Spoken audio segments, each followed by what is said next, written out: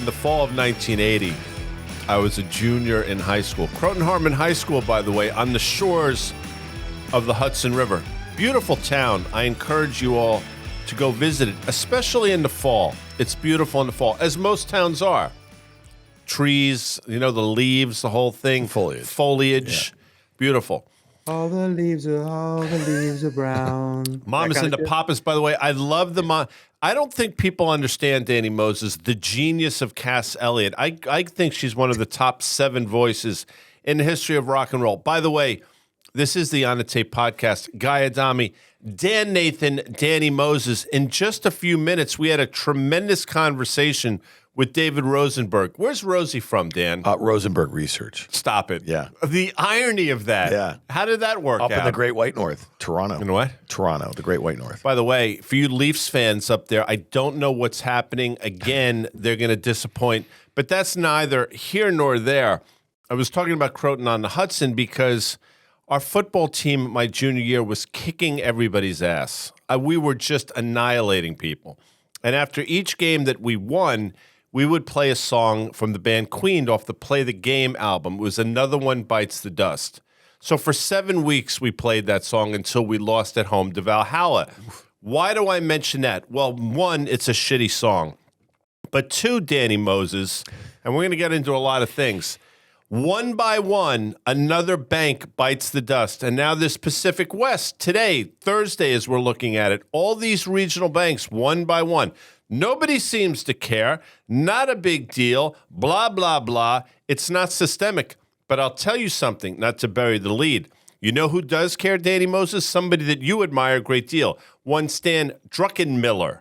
Thoughts on that, Danny? Druckenmiller spoke at Irisone conference, and basically, I think I agree with everything that he said, whether that's good or bad. I think we can just play his speech here and then just leave because he's expecting a hard landing. He loves gold. He's going to be great opportunity, a ton of dispersion, save your dry powder, right? And then go from there. So, he's completely right on the money. And so here's the thing about people talk about soft, no, or hard landing. And I know Rosie's going to get into this, but if people think when they start to feel a soft landing, whatever they want to describe as, quote, a soft, it's going to feel hard.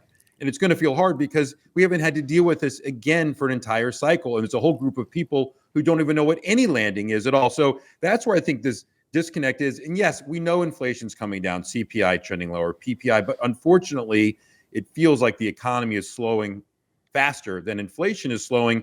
And jobless claims hitting the highest level since October 2021 or the fall of 2021. And we're going to keep passing that, it feels like. So things are now in motion. So this handoff that's going to occur of the great Fed going to be cutting rates, whether it's July potentially or September or the end, whenever that might be, it's not going to make a difference. And Cantro, our boy, had a great point. He was talking earlier. I watched him on TV. Most of the times, one of the best impacts, obviously, of the Fed cutting rates is you get a refi cycle. It always starts with a consumer. Rates were so low and locked in so low, the mortgage refi opportunity isn't there in that regard. So a lot of things going on here, and I'll talk about PacWest in a minute here. But, again, all the signs are here, and here we are again. Guy, I'll say the level again, 4130, 4140. Where are we, Guy? What is it? I mean, how many freaking weeks in a row? Where's the S&P guy right now? It's unbelievable. It is incredible. As I've mentioned a number of times, I went away on that April 14th was a Friday, and this predates that, by the way. The S&P was 4130. I come back, it's 4130. I look up, it's 4130. It's just like magnitude. Now, something's got to give at some point, but here we are. The Bulls will say, Dan, that this is extraordinarily encouraging because the market's holding in here in the wake of a host of bad news and potential headwinds. And the Bears will say, we're just sort of whistling past the graveyard. I think I know. Listen, I don't think I know. I know what I am. I'm bearish. I want to be abundantly clear about that. But with each passing day, I don't think it gets more and more difficult, but it gets more and more frustrating when you don't see some sort of reconciliation one way or another. Well, you don't see any fear, right? You have a VIX right now. This is Thursday into the close with the S&P at 4130. And the VIX is below 17. But what I also see is a Russell 2000 small cap stocks that are down in the year, down about 1%, underperforming on a day like today. I see the 10-year U.S. Treasury yield at 3.39 or so. Mm-hmm. And those two things, the last two are really reflective to, I think, what Danny just said, is that the the economy is slowing faster than inflation is coming down, and then you throw in the potential for the lag effect, you know what I mean, of all these rate hikes. So whatever you think, you know, whether it's the fall, whether it's early next year, the rate cuts are coming, it doesn't matter here because the fix is in as far as what this has done to the economy. And then bringing it back, Danny, I guess, to, you know, the disaster du jour in the regional banking space and what Jamie Dimon had to say. He's like, I'm not buying any more of these, right? So the cost of credit, right, and the access for small businesses to these regional banks that they've become very accustomed to doing business with, I think all that kind of feeds into what is a slowing narrative right now with rates higher for longer. Jamie Dimon was in Paris and obviously spoke this morning in an interview on Bloomberg, and they took some stuff out of context, like some of these media people like to do, and start putting in headlines across. And as I'm watching him speak, he didn't say short selling should be banned on banks. What he said was he doesn't think it's right for short sellers to tweet something out, you know, try to short the stock and create a run on the bank. But the irony with all of that is that, you know, that's how he got First Republic at such a cheap price potentially. And so, you know, not to mince words there, but he did say, you know, he's certainly concerned about the debt ceiling, he's certainly concerned about a lot of things. And he said a lot of thought and a lot of work is now going into kind of bringing in First Republic, and it's a great franchise, et cetera, et cetera. He's had his eyes on that bank for a very long time, even prior, I think, to the stress that hit it. And let's talk about PacWest for a minute, since you brought it up. So they came out. So everyone files a 10Q quarterly. We talk about read your Qs and Ks, and the Q is for the March 31st quarter. And when things happen past March 31st, you file under the section subsequent events which have occurred. And so remember, they were rumored, obviously, for a while that they would need capital. It's no secret what's on their balance sheet, right? So last week, when we woke up on the Monday and First Republic was basically handed to JP Morgan, First Republic and Western Alliance, WL, were kind of the next two banks on the docket. And it turns out that on May 3rd, PacWest had a board meeting where they decided to cut their quarterly dividend from 25 cents to a penny, which they then announced, by the way, on May 5th. But during that time period on the 3rd and 4th, they blamed basically news in the marketplace. They were looking for money.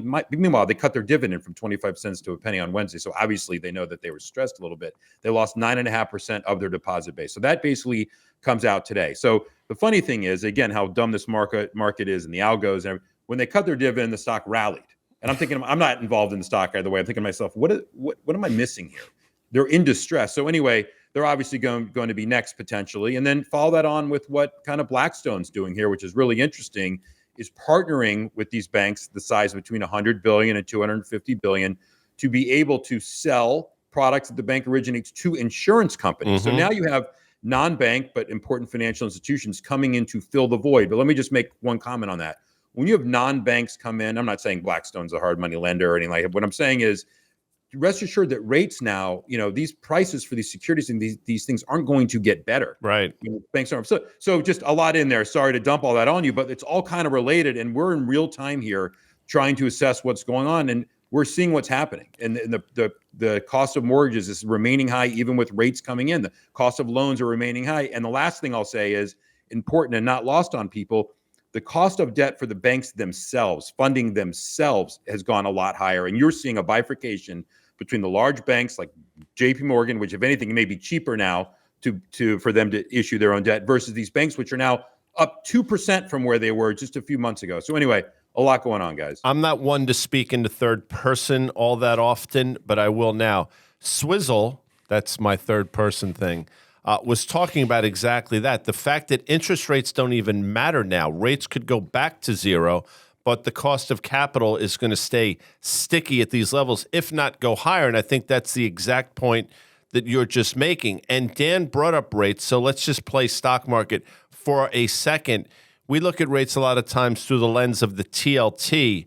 I think if you're in front of your Google machine or, Dan, your FactSet machine, you may want to go look at a chart of the TLT, go back to October, November. Every time we've gotten to about 109 or so, we have failed. 109 equates roughly to about 3.25% in terms of yields. Each time yields have gotten down there, they've gone higher. Each time the TLT's got up to 109, it's gone lower. That's going to give at some point. But you know what? The market might interpret that, Dan, as bullish with yields going lower It ain't bullish. It's not bullish. So if TLT goes above 109, and Danny Moses, this is something you talked about this time last year. You talked about a scenario where if interest rates start going precipitously lower, it ain't going to be good. Here we are. Interest rates have been going somewhat precipitously lower over the last 6 months or so. And I got to tell you something. It ain't good. You know, it's worth noting, though, that, some of the first stocks to get hit when the Fed said November 2021 to battle inflation, they're going to raise interest rates. Investors in tech stocks took note. You know who didn't take note were those guys managing risk at regional banks, okay? Mm-hmm. Okay, so it's interesting, though, that here we are now where the NASDAQ is actually, or these concentration of large tech names that did get hit hard, right, when the Fed started raising rates, and definitely in the first half of 2022. Some of these stocks, if you look at the largest stocks in the NASDAQ, they're up 30% on the year. They're up more from their 52-week lows, and they don't care about rates right now, or at least investors don't. And I think, again, this goes back to the kind of crowding in them. Danny, I wanted to get your take on this, though, because as we've seen the breadth of the rally narrow, okay, to a lot of these kind of big names, and this is a day where Google, Alphabet is up 5% after their Google I.O. day, right? And this was one of the names that, Microsoft had been rallying fairly dramatically, and I think some were saying there was a rotation out of Google, right, into Microsoft. We've seen Apple rally. It's up more than 33% or something like that on the year. Amazon is up 34% on the year. It's interesting to me that some of those stocks were like heavily rewarded just for putting up an inline quarter or slightly better, and then guidance that was kind of inline, so not cut. John Butters over at FactSet, he's the senior earnings insight analyst. He had some data out today in his blog, and I thought this was really interesting. And it almost makes me think that this rally, at least in the S&P, that's been held up at this 4130 level because of those big names, it is yet to get above its February 2nd level. But here's the thing about earnings season that Butters noted, that over the last 5 years, stocks that had beaten, okay, would rally 1% after their result, okay? In the Q1, stocks that beat only went up on average 0.3%. Stocks that miss on average over the last 5 years would go down 2.2%. In this prior quarter, Q1, they went down 4.1%. I think that's really interesting that stocks that were beating were getting less appreciation, and stocks that were missing were getting hit really hard. What does that say to you about in terms of breadth, okay, but also what investors are doing to stocks, at least the ones that are missing? Yeah, so people were already hiding in the good names, and so they didn't get as much of a lift because who was the incremental buyer? Mm-hmm. And if you're not performing now as a company and you're missing now, do you really want to be around in those companies when things actually do start to truly slow down coming? So I just think, again, it's a pyramid here, and everything's just moving towards the top of the pyramid. I'll tell you, SoftBank, of course, had a wonderful quarter. They reported a loss of $32 billion. You can't even make it up. You can't make it up. This is the best part. They actually took a huge loss on this Chinese AI company, SenseTime. I mean, so they're actually losing money in AI, although Masa-san said that he's now sick of playing defense, and now he's going on the offense. Is that what that was? He's been playing defense. Now he's going to start to look for more AI opportunities. They took a loss on an Indonesian ride-hailing company called GoTo, whatever. And so here they are, right? They basically surviving. Good on them. They have now sold or financed every share they had in Alibaba. And granted, they put $54 million in 20 years ago. Was worth $72 billion. So fantastic.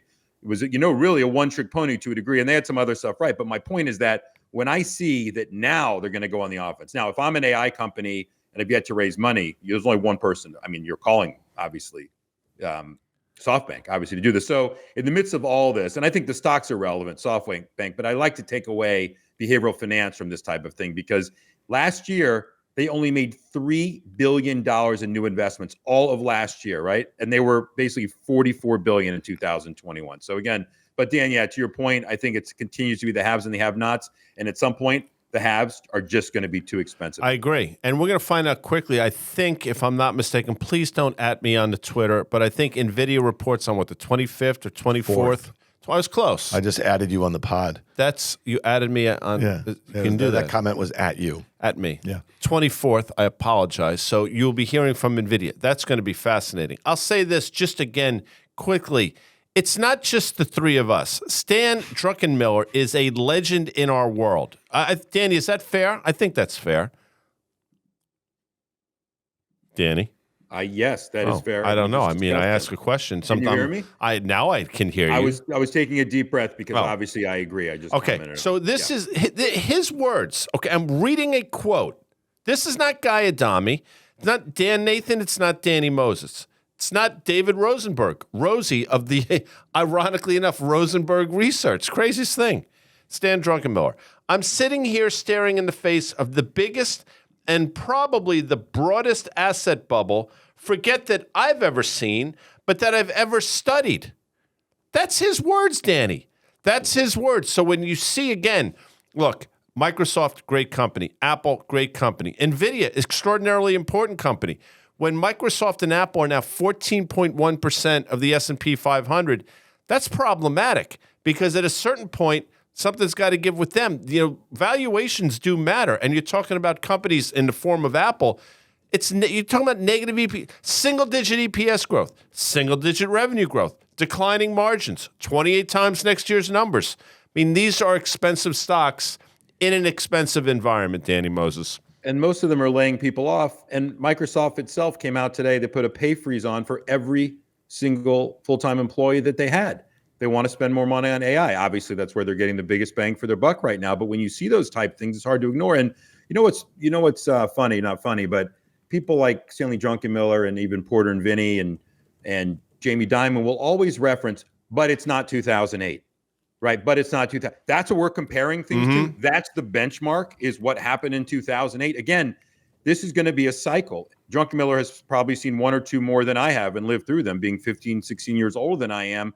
And that guy is thoughtful, and he's normally right. Paul Tudor Jones, these guys have seen a lot, and they've traded a lot. And I think it's the entire mosaic, right? It's not just about stocks being crowded. It's the behavioral finance aspect of just seeing certain things, and you can't even necessarily qualify them, what those things are. You just pick them up in the marketplace, and it just feeds into these guys' antennas, and they sense it. And so it's numbers, which are obviously, I think the market's very expensive, but it's more than that. They see the boat tipping, and it's going to happen. The question is when. But to the point that he made, that I made earlier when we opened the show, Guy, and I want to stay constructive here. He said himself, the amount of dispersion, keep your powder dry. There's going to be tremendous, probably generational opportunities on the long side. They're going to occur, but to chase right now does not warrant. And when cash is getting 4 to 5%, why on earth would you start to chase some of these companies? I think that's where people are starting to get frustrated, and no one has faith in the Fed either, of all these people that I just mentioned. As I mentioned last week, I was in Omaha, Nebraska. I was not there for the Berkshire Hathaway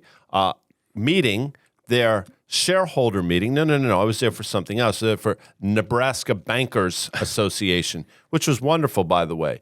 But again, Warren Buffett, I'm paraphrasing now, but effectively him and Charlie Munger, great guys, they're having difficulties trying to find things to buy, so much so that their cash hoard continues to grow. So if the king of value investing, or whatever he's the king of, is having difficulties finding things to buy, stands to reason that hacks like us would have a similar difficulty. Now, I'm going to be very careful here. In the 1970s, there was this guy, who was this French dude, Dan. His name was, I believe, Philippe Petit. Philippe Petit. You might recall him. Little Phil. Little Phil. I don't think his friends called him that, but he was a bit of a daredevil. He went to the top of the World Trade Centers with like a big backpack. He had rope, and then he shot one of the ropes across. He created a tightrope, and he walked back and forth a bunch of times. So I'm about to walk a bit of a tightrope here, if I may, because I'm going to quickly dip my toe into the political arena, although I'm reticent to do so. But I watched on Wednesday night the town hall on CNN. I watched it on repeat at midnight. I only mention it in this one very specific vertical. When asked about the debt ceiling, former President Trump said, again paraphrasing, we should just trip it. Let's see what happens. Maybe it's not going to be a big deal. That is, I'm paraphrasing, I get it. The point being, though, people listen to him, and I think there's this foregone conclusion that this thing will be remedied at some point, and it probably will be. But when you hear him say that, people are going to take that baton and they're going to take that flag and they're going to push McCarthy. I think this debt ceiling thing, Dan, is going to get worse before it gets better, and I don't think the market is pricing it in. Well, again, maybe the treasury yield market is a little bit. That's a bit of a flight to quality.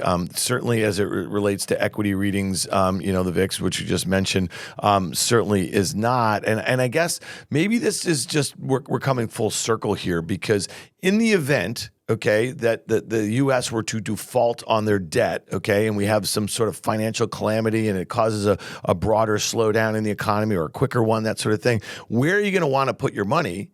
You're not going to want it in anything particularly financialized. You're not going to want it to be in cyclicals. You're probably going to want to go to the top 10 names in the NASDAQ that we've been talking about. You saw this, that Apple just raised a shit ton of money. You know what I mean? I mean, you think about the balance sheets, you think about the monopolies, you think about the managements, you think about the moats, all that sort of thing. So I guess there is this kind of, maybe it's just a self-fulfilling prophecy that these stocks, I know it's different this time, Guy, but I mean, that's part of it, so, that maybe that is this, we saw it in February and March when this banking crisis kind of was bubbling up here. They went to the Apple, they went to the Microsoft, they went to the big ones, and they also bought treasuries. What are your thoughts on that, Danny? Am I being too hyperbolic in that, or am I on to something? No. Diamond actually commented this morning. He was asked, and he goes, Trump is again talking about things that he doesn't know what he's talking about, because Diamond says it would be catastrophic. And I trust the biggest banker in the world, right, to say that. And there is, credit default swaps, things have been trading on short-term U.S. Treasuries. You guys have obviously seen that. So it's going to get real here rather quickly here. And again, the irony, the sick thing of this is, Dan, to your point, is that people like, that's okay, because the Fed will have to cut. The Fed, this obsession with the Fed cutting and what it really means to the market, that's where I think the biggest misperception or misunderstanding of what's going on. Well, what's interesting? I was looking at this chart today. I made it on the fact set. Maybe Amanda can throw it in the show notes. And I was going back and I was looking at Fed funds, and I was looking at how many times over the last 25 years Fed funds has gotten this far above the 10-year U.S. Treasury yield. And then I overlaid that with the S&P 500. And it was really interesting to me. So we had this in 2000. We had it in 2007. In both instances, the S&P 500 sold off at least 50%. We had it again, as the Fed started to raise interest rates, in that period up until 2018, and they were higher in 2019. We did have, a 35% peak to trough decline in 2020. Last year, we had a 27%, peak to trough decline. Here we are, we're up 8%. And look at the spread. Look where we are right now, 339 in the 10-year and 5% in the Fed funds rate. And to me, that might be something to keep a really close eye on relative to, to the point for those people who are expecting the Fed to cut. Because I think the longer that spread stays that wide, it signals to me that it's just going to be that much tougher of a slog for the U.S. economy, and the higher likelihood of maybe a deeper and longer recession than people think. So we talked about Stan being a legend. You know what, Danny Moses? You're a legend as well. Somebody portrayed you in film. Nobody's ever portrayed Swizz. Second time I've done that, by the way. There's still time. Or Dan Nathan. I got some. John Travolta, if he can make it, and you can make it long enough, will be the guy, depending on his hair situation at the moment. But my hair's I like John Travolta, by the way. His hair situation is fluid at best. But there is another legend out there, but this legend seems to be, bailing some water out of the canoe, and that comes in the form of Carl Icahn. And this story doesn't seem to go away, Danny Moses. Yes, you remember we mentioned it last week. It was interesting. Hindenburg Research, again, Nate Anderson does his work, and he does the work for the regulators, and I'll get to that in a minute. So when he came out, early last week and basically said, listen, I think that Icahn, this IEP, its net asset value was mismarked. Things should start to be written down. Dividends a fantasy of $2 a quarterly dividend, because 85% of it's taken by Icahn, and he pays himself obviously in stock and not in cash, and is there to attract retail, et cetera, et cetera. Turns out the next day after the Hindenburg Research report, the Southern District of New York started asking questions to Icahn. And when he reported his quarter and they put out, their Q, they said, we got questions the next day. And Icon obviously is one that goes after companies himself as a short seller from time to time. And what did Icon do in the quarter? They wrote down the value of their commercial real estate. What did Icon do in the quarter? They wrote down the value of a bankrupt company. I'm not sure those things necessarily would have happened without potentially that note being out there. So here's the stock again, who's now gone from 22 billion in value to roughly 13, or I don't know where it sits today. And now the red flags are out. And Icon said it's a blitzkrieg, what Hindenburg did to me, and this, that, and the other. Meanwhile, he was doing it a week before to another company. And so it's interesting, people want to blame short sellers. And if you're a retail investor that happened to have been in this IEP and you have a short seller basically presenting facts and disclosing that they're short themselves, and then the regulators, you cannot depend on the regulators for anything. And this is why the people that you want to hate short sellers all you want, you better listen to what they're saying. And yes, some of them are full of shit, and some of them are just, out there for themselves and maybe telling various stories the same way longs do. Sometimes when they want to pitch a story on the long side. But again, pay attention, because this thing still has legs. And Guy, I think the stock certainly has seen its highs. And now with the write-downs that they just had in the quarter, all eyes are on them now. So I'm sure Carl Icahn is not pleased in the situation. Not to dogpile on the rabbit, which is a Bugs Bunny thing. I never really understood that either, by the way. We'll talk about that maybe another show. IEP, which is the stock, that stock was sideways effectively since 2016, somewhere between 47 and 53, against a broader market that did extraordinarily well. And as we sit here, to your point about $13 billion in market cap, stock is now at a 14-year low, which I think is interesting. And again, this is not Adami Enterprises. This is Icon Enterprises. And I think Danny, you probably know this as well, like 88% or so of the stock. My point is, stock didn't perform on a great tape. So there was something going on clearly. Hindenburg points it out. Now, again, I didn't read the entire piece. I'll say this. You know who's just having a great old time watching this, sitting back with his feet up on the desk, smoking a big old cigar, which, by the way, if you recall, an officer and a gentleman, it was Cigar who Richard Gere helped get over the wall to finish that course, if you remember. Richard Gere, who was about to break, he was about to break the course record, but he said, you know what? I'm going back and I'm going to get Ensign Cigar, and I'm going to help her get over the wall. Well, Bill Ackman is over the wall, and he's having a good old laugh about this entire. It's amazing how that happens, isn't it? All comes home to roost. Think about this. The founder of Nikola, NKLA, right, is about to get sentenced to prison. Hindenburg wrote on this in the fall of 2020 about all these false promises that they made. They went after Square, not as a fraud, just as an overstated revenue situation. Look at that stock. It's down 30% from when they did that. Then you had this, Adani, this Indian company who's now out there, news today, that they're going to try to raise $5 billion in equity. Again, these people, they stand behind kind of the work. And it's not just Hindenburg. It's the smarter, the Chanoses of the world. People should listen. The same way I like to listen to people's long thesis on names that I hate, listen to the short thesis on names that you love at the same time. So there's always a place for short sellers out there. We just talked about the data as it relates to earnings season that Butters put forward in his Earnings Insight blog. And there was a few names this week I think we just really have to focus on because they're individual situations. None of them are that closely linked to each other, but I think they actually make a bit of a mosaic as we're trying to figure out a little bit where the consumer is right now. And one of them, the first one that really caught my eye, I was kind of slightly optimistic into the print, especially after seeing Uber's report and the stock market's reaction to it last week. And this was Airbnb. And I just thought relative to its expected growth, its profitability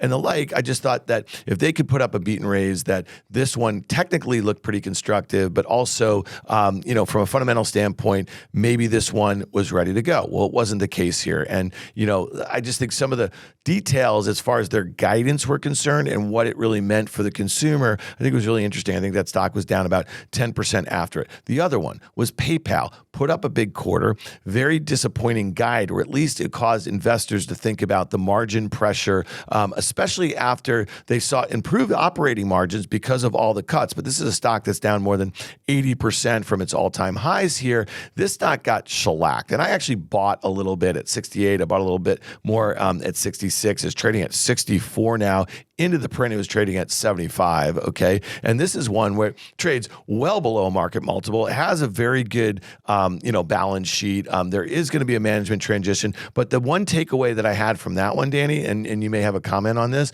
was that they're seeing more users at the point of sale using buy now, pay later. Not great for the consumer, okay? And the last one is Disney. And I know the focus has largely been on their streaming subs, and that was disappointing, but you also have to kind of extrapolate it out. This is the king of discretionary spending right here. And so I put those three reactions together, all 10% drops or so after their earnings report, Danny. And I say to myself, this is not, I don't think you can explain each one of these away. I know they're not that related, but they may tell a broader story.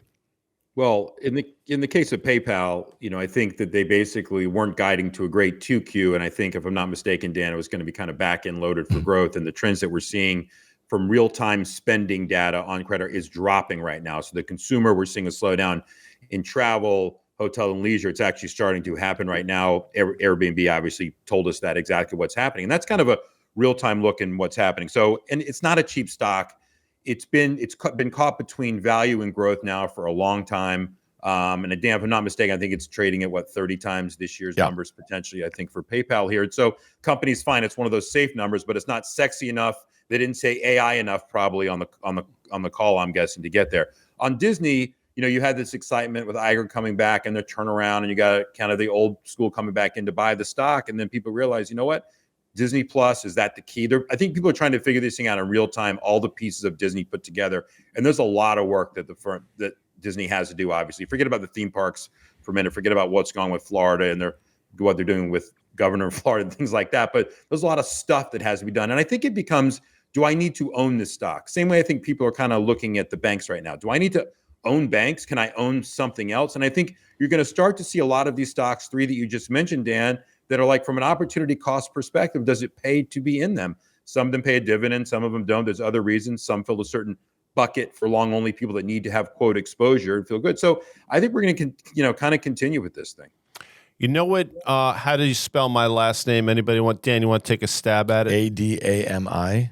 Adami. You can't spell AI without Adami, or you can't spell Adami without AI. Now, where you going with this, guy? I'm going to tell you where I'm going. Look at Palantir's quarter. You can't spell Palantir without AI either. And I'll say this. If you listen to Mr. Karp, the founder and CEO, he talked about AI a great deal. Now, why do I mention this? If you fast money fans are out there, you will recall I had a Hope trade back in the day, and the P, Dan, in the Hope trade was Palantir. And for a while there, I was looking like a genius as the stock went from about $9-ish to about $40-something, only to do an entire round trip. But I'm looking at the last quarter. My thesis for being bullish in Palantir has been when they start to move away from government contracts and get into more of these MSB, mid-sized businesses, they're going to start to accelerate. Danny Moses, check this out. Customer count up 41% year over year. U.S. commercial customer count up 50% year over year. They're getting away from government contracts, one. Operating margins much better, too. And the amount of times that they talked about AI in that conference call was staggering. So if you're looking at NVIDIA for AI at their valuation, I think you're nuts. You look at Palantir for AI with their valuation, I think you might be onto something. It's not a great valuation. Oh, here we go. He's going to shoot me down, Danny. This company's been around for a long time. It is. It's like 13 years. So this 2023 is going to be the first year, at least if I'm looking at FactSet consensus, that on a GAAP basis, this company is going to be profitable. Okay? Yes. So the first time in 13 years. It trades about 9.5 times sales. Okay? Expensive. They're only growing in the teens, okay? There's a lot of that business has the potential to be cyclical. And I'll just say this here, people. We are kind of getting to the death rattle phase of this AI thing. I think the bubble is about to burst. And going back to your May 24th date, it might be on NVIDIA's guidance that they give. We might have seen a mad rush for these advanced chips, for basically companies partnering with other companies so they can at least have the functionality and their licensing and stuff to integrate into their own products so they can say the term AI 47 times on their call. I think we're getting close here, people. And I'm not telling you that this is a bubble that's bursting. It's not like 3D printing or anything. This is here to stay. Remember that whole 3D printing I do. thing? But I mean the excitement in the stock market in a handful of names. That's the thing I think that is literally holding up the entire stock market right here. You know what just happened there, Danny? So this is what just happened. Remember when wasn't Alonzo Mourning, it was Dikembe Mutombo used to shake his finger? Yeah. Dan is doing that right now. Shaking. And he did that to Michael Jordan. And you know what Michael Jordan did to his ass? He dunked on his ass. Yeah. That's what Danny did. He just Michael Jordan. I'm Dikembe Mutombo. He just dunked on my ass. Yeah. But it was at least, listen, it's a conversation. Yeah, listen, I was kind of ignoring AI noise, and I've been reading a lot about it. It is certainly here to stay. It's an incredible technology. No one knows what it's going to do, but everyone's mentioning it. There's not a company that reported. Now, if you miss a quarter, you blame it on what AI did to you versus what if you're benefiting from it longer term. But yes, that was the most used phrase and we've seen this before. We've seen this in the .com back in 1999. Say.com, say.com, say.com, and 95% of these things pan out to be absolutely nothing. And it looks like Google and Microsoft and everybody else, kind of what I'm seeing right now. And obviously on the chip side, NVIDIA and so forth. But yeah, at some point, the math doesn't work for what the market caps are. We've come to the portion of the show, Danny, and get yourself together, take a couple deep breaths, because this is the portion where you get a bit exorcised. And I think your exorcise comes in the form of some leaks going on. And I know you have some thoughts on this. So again, a couple of deep cleansing breaths. And then I'm going to allow you to do what we fondly call rip off the tape, a rot. A rot. So our friend Joe Saluzzi over at Themis Trading, who co-wrote the book Broken Market several years ago, which literally was a precursor to Michael Lewis's Flash Boys, talking about IEX and kind of what's going on in the high-frequency trading world. And shame on me for not knowing what was happening. So there's this DTCC. It's the Depository Trust and Clearing Company. It's the largest depositor in the world. Basically, it's the broker's broker for people that don't know.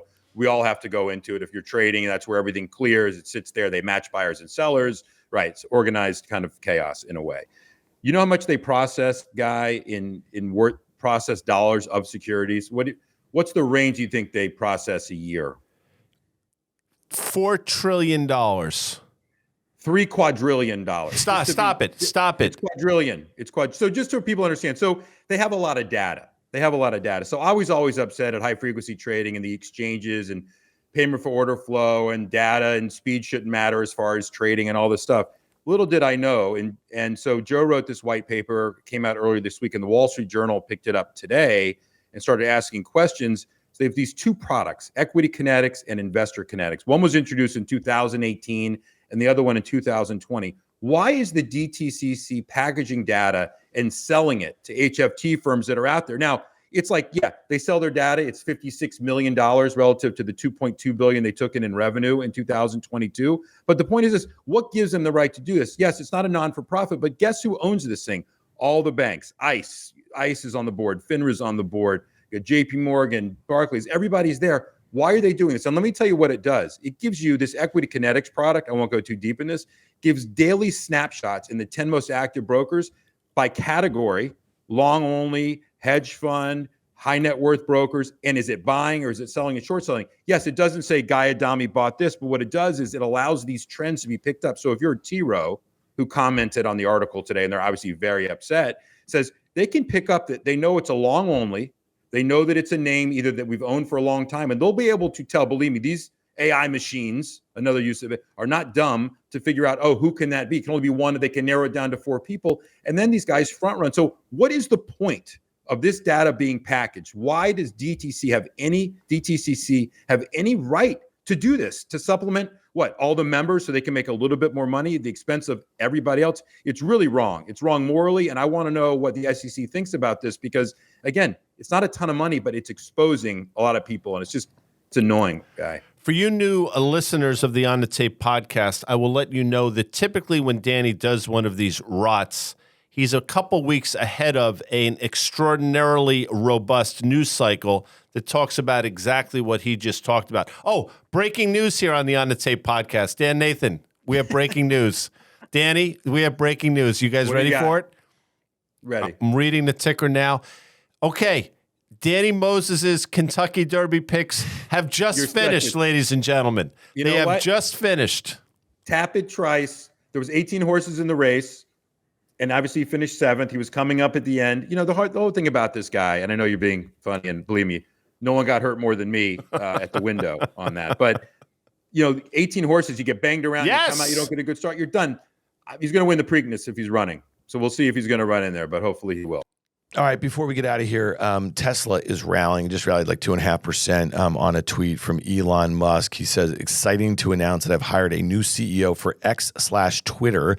She will be starting in around 6 weeks. My role will transition to being executive chair and CTO, overseeing product, software, and SOPs. Okay, Elon, have at it. I think that's one of the things that a lot of Tesla shareholders were really hoping that he would give up the Twitter business. Mm-hmm. Again, he can now blame Twitter's downfall on somebody else. I guess. Yeah, fair enough. I'm sure that's one of the easier jobs in the business here, but causing Tesla to rally. And I guess the only point I would make is that, again, I'm still shorted. I know you are too, Danny.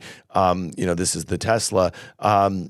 This was a huge distraction for him. If you're a Tesla shareholder, all of the risk of the Twitter, of the stock that he sold to buy it, and the Tesla stock that he sold, the debt that he took, the leverage that he had, the pledged shares, all the time he spent, he was sleeping on a cot in the office there. I think we could all agree that stuff that's going on in Tesla and SpaceX that he is CEOs of also is probably a bit more important than the existential threat of supposed misinformation and censorship that existed on the Twitter. A lot of breaking news here on the On the Tape podcast. I have some more breaking news. When we come back, a conversation with David Rosenberg of what? Rosenberg Research. Go figure. Stick around.